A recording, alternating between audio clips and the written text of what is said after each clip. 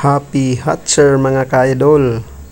Ito ang paraan ko para 100% o 99% hatching.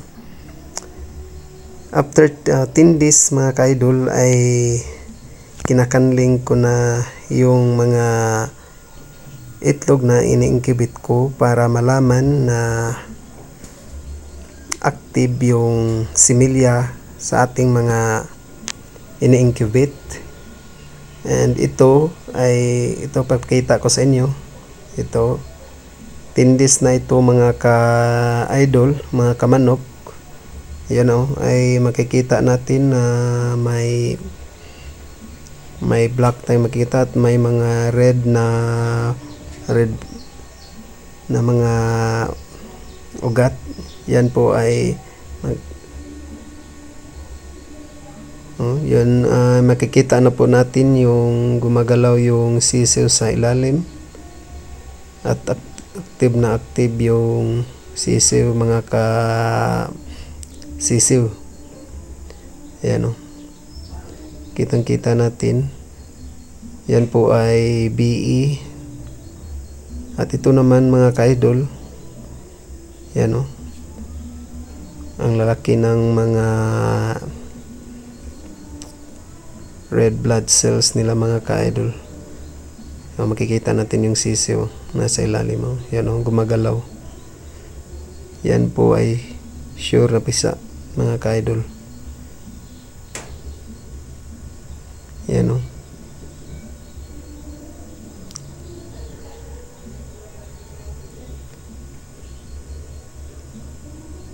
ganyan lang po ang ginagawa ko mga kamanok sa aking DIY egg incubator. Yan, ito naman tayo. Ito po ay isang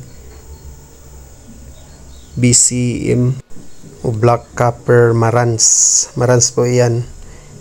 Itog ng maran mga ka-idol, medyo hindi ko maaninag yung kuan, yung medyo makita, hindi masyadong makita yung sisiw sa loob. Ayan kita na natin yan kasi medyo dark yan ang itlog na yan mga manok.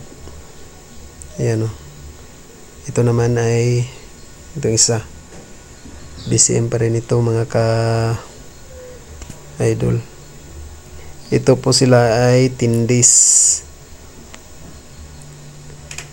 mag final candling ko na ito mga idol.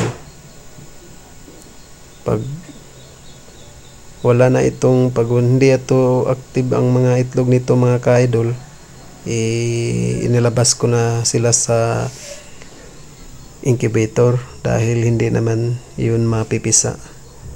Yung mga gaya nito mga ka-idol halos lahat sila naman ay active. So wala akong nakitang hindi nagde-develop. Maganda naman ang similya ng itlog natin mga ka-idol. Ayun yung ugat-ugat niya mga ka-idol ang lalaki. Kita natin dyan yan gumagalaw. Napaka-active itong mga sisiw mga kaya ito mga advice ko lang sa inyo mga kagaya kong baguhan pa rin sa pagmamanok, pwede nating ikakanling ito 7 days, makikita na natin yan, or 3 to 5 days may makikita na tayong nagde-develop ang chicken, pero hindi pa natin maaninag yung sa ilalim. Sa akin kasi para makita ko ng maayos 10 days na ako nagkakanling mga ka-idol, kasi para makita natin kung klaro yung sisiw. Mas ganito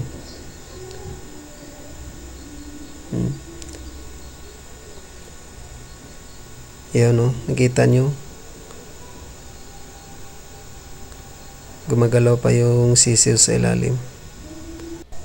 At hanggang dito na lang tayo mga ka-idol. Sa susunod nating vlog ay ipapakita na natin kung mga sisiw na itong ini-incubate natin.